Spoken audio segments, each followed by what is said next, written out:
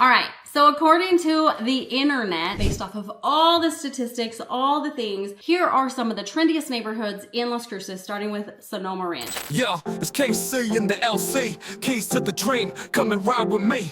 Homes, views, life where you wanna be. Las Cruces, living Kacie in the LC. Kacie in the LC. Kacie in the LC, yeah. Kacie in the LC, yeah. Kacie in the LC. Las Cruces. Everybody wants to be in the 88011 zip code because they like it. It's trendy, the houses are nice, area is nice, it's well maintained, and basically the integrity of the neighborhoods are very nice. There's a golf course, Boylan-Henke Community College is there. It's people just like it. The price of homes are affordable. There's a lot of new construction, and then there's a lot of more established homes, like we're talking like 20 years old or less. And so the neighborhood is nice. Homes range from like $330 all the way up to $1 million, but more so in the $300 to $500 range. Next is Picacho Hills. That's a little bit further out, but again, it's on a golf course. It's the Picacho golf course, and that you have like beautiful city views. People love that. It's more secluded, which people love as well. And again, the houses are beautifully maintained. The neighborhood is really nice. And those start at like $400,000 and exceed well beyond $1 million out there. Mesilla Valley. There's not a lot of homes that come up in Mesilla Park, because people just love it and they stay put for a very long time. It's nice. They're more expensive, I think, price per square foot, just because people want to be in Mesilla. But there's nice, huge established trees. We have a lot more water down there because of all the farming. There's a ton of more farming down in the Mesilla in the valley area. And so there's just the EBID is what it's called, the Elephant Butte Irrigation District, which is the groundwater, which the farmers are allowed to harvest and grow, and like their pecan trees, their cotton. We're a huge ag culture, if you did not know, or a huge ag town, if you did not know that. And so they do a lot of harvesting there. There's a lot more water on that side of town. So if you're wanting to like be in the desert but not feel deserty, Mesilla in the valley is definitely the place to be for you, because we do have so many gorgeous trees and it's so much more green there. The houses range, because there's tiny little adobe houses. And if you're wanting more like a historic vibe, like the more Pueblo and Mexican style homes, that's definitely a good place to start. Houses range from like $250, and we're talking like a 1-bedroom. There's not a lot for $250, up to $600. That's more so the range. There's not a ton of $1 million homes because there's just not a ton of big homes. But occasionally there's a neighborhood, Snow Drive. There's a lot of nice, gorgeous, bigger homes, and there's some. So maybe it goes a little bit more than the 600. Downtown Las Cruces. Downtown Las Cruces is more so the OG houses, the houses that have been there for a very long time. There's definitely established trees. You have a lot larger yards because they weren't so cookie cutter, tiny lots like they are now with new construction. It's closer to the farmers market and walkable distance to a lot more places, which is awesome. The price ranges, it's definitely more affordable. We're talking mid 150s and possibly up to 400, but I'm thinking a little bit less than that. So it's definitely more reasonable in that neighborhood. So there's some of it. And then Dripping Springs, I think. Dripping Springs, Las Alturas, I'm just going to group that entire section of town, the southeast section of town, together. Dripping Springs, Las Alturas has much larger lots. We're talking like an acre or more. Most of them are 5 acres. You have like the most majestic views of the Oregon Mountains. And all of the houses are custom houses. There's no cookie cutter. There's nothing that's alike.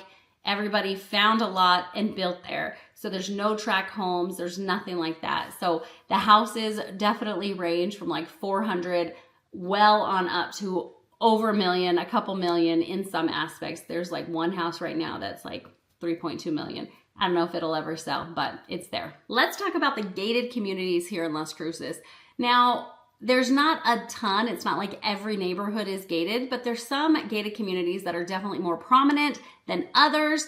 And some of them go along with the next section, which is like 55 and up communities. So I'm kind of going to blend those together for now. Boulders at Sonoma.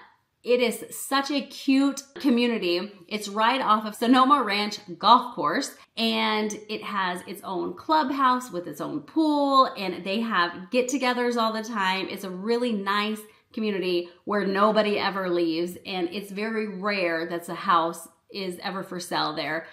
There's one house for sale right now, so if you're interested, let me know. I can hook you up. But not a lot of houses go for sale there, but it's a gated community, super cute, definitely worth going to look at. Next is the Tavis Estates. That is another 55 and up community. It doesn't have all the fancy amenities like the Boulders do. It's more just like simple. The driveways are shorter. It's just a little bit more compact, but it's a nice little community off of Sonoma Ranch Boulevard as well. And totally gated, which is great. And a lot of Picacho in and out is gated within. So there's areas that are not gated, and then there's areas that are. So you can roam some of Picacho, and then other parts of Picacho, you better know that gate code to go into it. There's several mobile home parks, nice mobile home parks within the city that are gated as well that you need to know the code. As far as retirement community, the Trails West retirement community is really cute. I knew a lady that lived in there, and it was so cool. Like, you have your mobile home, you rent the lot. So you don't own the lot. You can put your mobile home, you can set up all your decking and make it cool. They have basketball courts, tennis courts, a huge clubhouse, a nice pool, so many different amenities. I really like that space a lot. So if you're looking for something like that, and everybody knew everybody was friends with everybody, so that's a really cool retirement community to live in as well, and it's pretty darn affordable. We also have the Pueblos at Alameda. It's not even near Alameda, but here we are. So the Pueblos at Alameda is off of Sonoma Ranch as well. And it's a gated community, lots of new construction, lots of newer homes. It is not a very old gated community, and all of the houses are beautiful, and they have a very strict HOA, just FYI, like the trash cans have to be covered. Like, there's different implications to gated communities, as we all know, but all the houses are nice, and if you roam the area, it's always beautiful because the HOA is so strict. So there's definitely different places to live if you were looking for that gated community here in Las Cruces, and there's more, but those are some of the main, bigger gated communities that I know of. And with that, we talked about some of the 55 and up. That's the Boulders on the Green, that's the Tavis Estates, and then the Trails West is a mobile home community park. So all of those are 55 and up communities, and all really, really great places to live. Let's talk about retirement perks, talking about like 55 and up communities. I get so many people relocating here that are retiring, and there's so many great perks. And a lot of times their doctor says, find dry heat and move there. And that's where Las Cruces comes in, because we have a lot of dry heat here. I did it in a different video where there's not a lot of humidity in the air. So if you have lung problems or whatever, apparently this is a great place to live. Get into the dry heat. Not only that is the taxes. I had just talked about that. So we do, if you're 65 and up, you can freeze your taxes, which is great. And especially if you're a veteran, then 100% disabled veteran, and you can just completely exempt them. So a lot of people, a lot of military personnel move here because of that. We also are really close to William Beaumont Medical Center in El Paso. So medical wise, you get a huge VA facility for you, and that's a huge retirement perk, especially for the military. Then we also have White Sands Missile Range and Holloman Air Force Base just down the way, so you can still go shopping at the commissary and get all the perks of that, and pharmacy and medical treatment if you wanted something closer. And so all of those things for military personnel and retired vets, this is such a great place to live.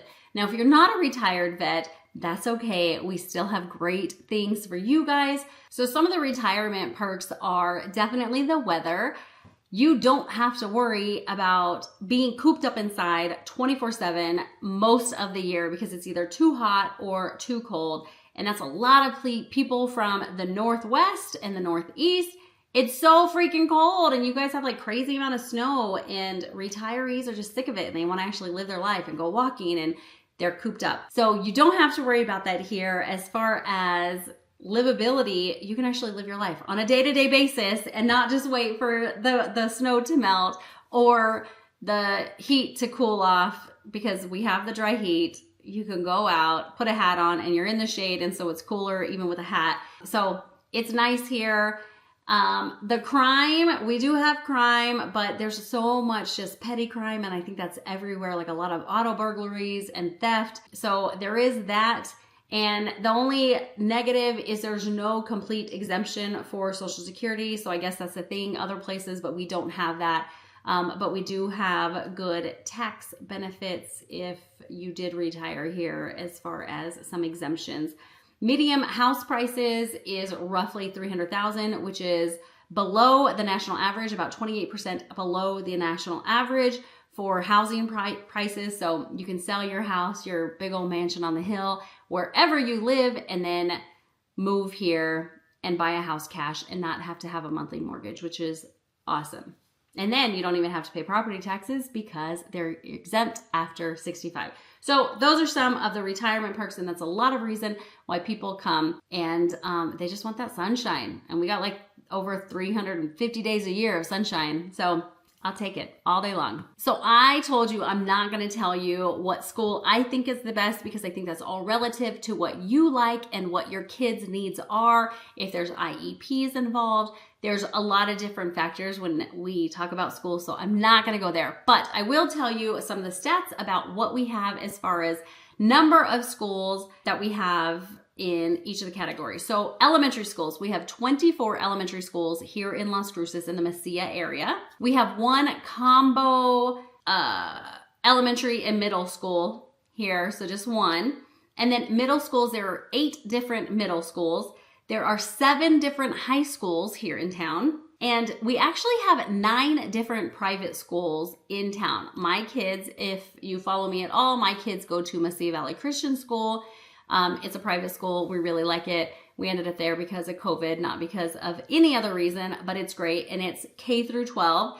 There's another one that's a Catholic school, Las Cruces Catholic School, that's pre-K through 8th grade. Las Cruces Academy is K through 7th grade. So as far as I know, Mesilla Valley Christian School is the only one through kindergarten through high school that you can actually graduate, but I could be wrong. Now, as far as colleges, we do have Doñana Community College, and then that filters into New Mexico State University. It's like the sister college of New Mexico State University. So we have the Doñana Community College where you can get your associate's degree. We also have Arrowhead Elementary or Arrowhead High School.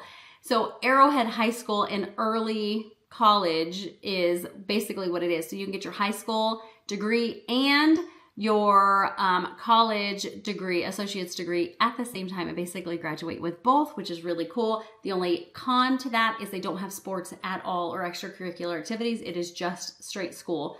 And then of course we have NMSU. We also have, which is a 4-year college. We also have Burrell Medical Osteopathic Medical School as well, where a lot of future doctors come and have been getting their degrees. I've actually helped several of them find houses, which is really cool. And you know, when they place or they get their white coat, like it's very exciting feeling. So we have a lot of different schools. It's just up to you to figure out what works best for your family. Okay, y'all, let's compare some cities. I think Las Cruces by far is the best place to live in Las Cruces, just because we're big, but not too big. Like Albuquerque, I think is way too big. There's a lot of crime. Y'all do have Walter's house from Breaking Bad. So there is that up in Albuquerque. But Albuquerque is bigger. They have an airport, which is great. So if you travel a lot, Albuquerque probably is a good idea. But Las Cruces, we're close, but our cost of living is much, much lower than Albuquerque's cost of living. And then we have El Paso, which is the next neighboring town. Their cost of living, their houses are actually a little bit lower, but their property taxes are double our property taxes. We have lower property taxes, but we have state income tax. That Texas does not have state income tax. So there's some definitely pros and cons. I think El Paso is way too busy, way too crowded, way too congested. Driving there, I personally think it's a nightmare. I don't love it. That's, once again, why I love Las Cruces, because it's a big enough city. There's plenty of things to do, and it's not so stressful on a day-to-day basis. And if I do need to go somewhere, and we're going to go to Top Golf in El Paso, it's not that big a deal because it's just for a day and I don't have to be stressed, 365 days a year. I might just be stressed 5 days a year that I drive there to El Paso to go and do something. In my opinion, out of El Paso or Albuquerque, Las Cruces is by far better just based off of cost of living and just drivability, day-to-day stress factors. We have the nicest people, friendliest people, and it's pretty chill. So I like it. Price points. So you can get a house for $150,000. I actually did a video on the 5 cheapest houses. Maybe it was more like 6 cheapest houses in Las Cruces. So you can actually buy a livable house for $150,000 here. And we have houses that are over $1 million. Now, there's not a ton of houses that are over $1 million. That is not the average. Average is about $300,000 here to purchase. And there's different incentives from builders from time to time. So take that into consideration when purchasing. But if you're looking for somewhere to live, we definitely have affordability. I have a couple that's moving in from Florida right now. We just got them under contract for $242,000. And it's a 3-bedroom, 2-bath house. So there's definitely some affordability factors that other places do not have. So if you only have 3 to 5% to put down on a house, you have some ability to get a really decent house here for that amount. But new construction, you can get a brand new construction house for low 300s. So keep that in mind when looking for houses. So Las Cruces has ranked number 1 or top whatever so many times. I have this really cool website where it lists all the top rankings in Las Cruces since 2001, and the list is long. I'm going to read some of them. In 2024, we were listed the 50 best places to live from Forbes magazine.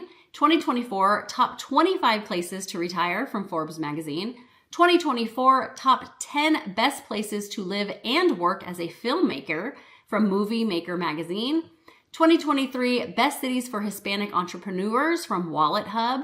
2023 Fortune's Best Places to Live for Families. That was from Fortune. 2023 9 Best Run Cities in America from Wallet Hub. 2023 Top 10 Best Places to Live and Work as a Movie Maker. 2023 Top 15 Best Cities in the Country to Raise a Family. That's from Schoolaroo. 2022 White Sands National Park named the 21 most underrated crowd-free national parks in America, Inside Hook. The list goes on and on and on. We have been best places to live over and over, year after year. It's a place that you should come and visit because we're not in these magazines for no reason. It's like America's best kept secret. We love it here. Full show. That's why we tattoo New Mexico symbol, the Zia symbol on us all the time, or the state of New Mexico on us all the time. All right, so let's talk about some fun facts. I talked about one already. We talked about Billy the Kid living here and, living up the town of Mesilla and doing all his fun stuff in Mesilla. But did you know our beautiful Oregon mountains were actually featured in the first Wizard of Oz film that there was? When you see the witch, the background of the witch, there's these a painting of the organs behind it. They're not identical because it's a painting. But, so that's a fun fact because our Oregon mountains were featured in The Wizard of Oz and it was behind the Wicked Witch. So basically Alamogordo is the city of Oz. I don't know, maybe we can change the name just like TRC changed its name. Truth or Consequences from Hot Springs, New Mexico to Truth or Consequences, New Mexico. So dumb. Anyways, a couple other fun facts. In New Mexico, it was in Alamogordo, not Las Cruces, but I'm going to take it because I worked on it. Transformers was actually filmed here. We have a lot of movies that are filmed here. The set of Transformers was filmed here, all of Qatar and the desert scenes was filmed at White Sands National Monument. I worked on the set of Transformers 2. I got to hang out with Josh Duhamel. that was super cool and fun. And yeah, I worked on set. It was awesome. So the movie was filmed here year after year. Every time they did those desert scenes, they would come back and do that. So that's pretty cool. And there's been a lot of cool films that have been filmed here. So we are the chili capital of the world. Like if you didn't know that, yes, Las Cruces has been deemed officially chili capital of the world. So with our green and red chili, and our state question is red or green, and it's related to green chili. Fun fact. Also, we have this huge, massive recycled Roadrunner, because Roadrunners are our state bird. On the side of the road, it is made completely of recycled material. It is super cool, massive, larger than life roadside attraction. So if you're into roadside attractions, that's a really good one to come. We actually have several cool roadside attractions here in New Mexico, but Las Cruces, that's what we got. We also have a crazy space connection. Spaceport America is just down the road, and you can go and tour. That should have been a day trip thing. I should have added that to the day trip. But you can go and hang out when they're open and go to the Spaceport America, where Virgin Galactic has been building their little rocket to go to space. So pretty cool space connection. And again, first atomic bomb was built just down the road at Trendy site in between Alamogordo and Las Cruces. And so we have some really historic theaters, like the Rio Grande Theater opened in 1926, which is pretty cool. And it's still around, and you can still go and watch films there, which I think is pretty cool. Last fact, I think I say it in every single video, Las Cruces has over 350 days of sunshine a year. So if you are somebody craving the sun and need the sun, this is a place to come. So I promised you guys, last thing, how to get free tuition if you move here, or if you want free tuition, stay tuned. So let's talk about it. My husband and I both went to high school here, and I have a lot of friends that have gotten free tuition from going to school here. So basically the criteria is New Mexico Lottery Scholarship has a scholarship for tuition. So everybody that gambles, that buys into the lottery scholarship then gives back to higher education. So you have to go to school. So if you're thinking about relocating here and you have kids, your kids have to be a resident of New Mexico for 1 year. So their entire senior year of high school, they need to be registered in for an entire year before they can register and apply to the New Mexico Lottery Scholarship. You have to graduate from a New Mexico school, live here for a year, and then once you do that, then you can apply. Your grades have to be good, and I think it's like a 2.5 GPA. Once you move and go to college, your first year is a bridge scholarship. So they will pay for some of your tuition, but you have to pay for the other, just because they want to make sure that's like the highest dropout rate, I guess. So they don't want to like just waste money. But once you work on the bridge, and I don't remember what that criteria is. So we had to pay like half or something like that. But that second semester, if you have not failed out, or if you haven't like dropped out completely, they will pay 100% of your tuition. You still have to pay for books, if room and board, you can still get scholarships or pay for all of that on your own, but the tuition itself is paid for via the New Mexico Lottery Scholarship. You have to maintain an average, grade point average of 2.5, so it's not a lot. You have to go consistently. You cannot take a break from high school to college. You have to go right out of high school in May and go into it in August. And you can get your entire 4-year degree paid for by the New Mexico Lottery Scholarship. And that's what both my husband did. We both got a college degree with absolutely zero debt when we graduated. So that is something to definitely consider if you have kids or have freaking out of how to pay for your kids' education.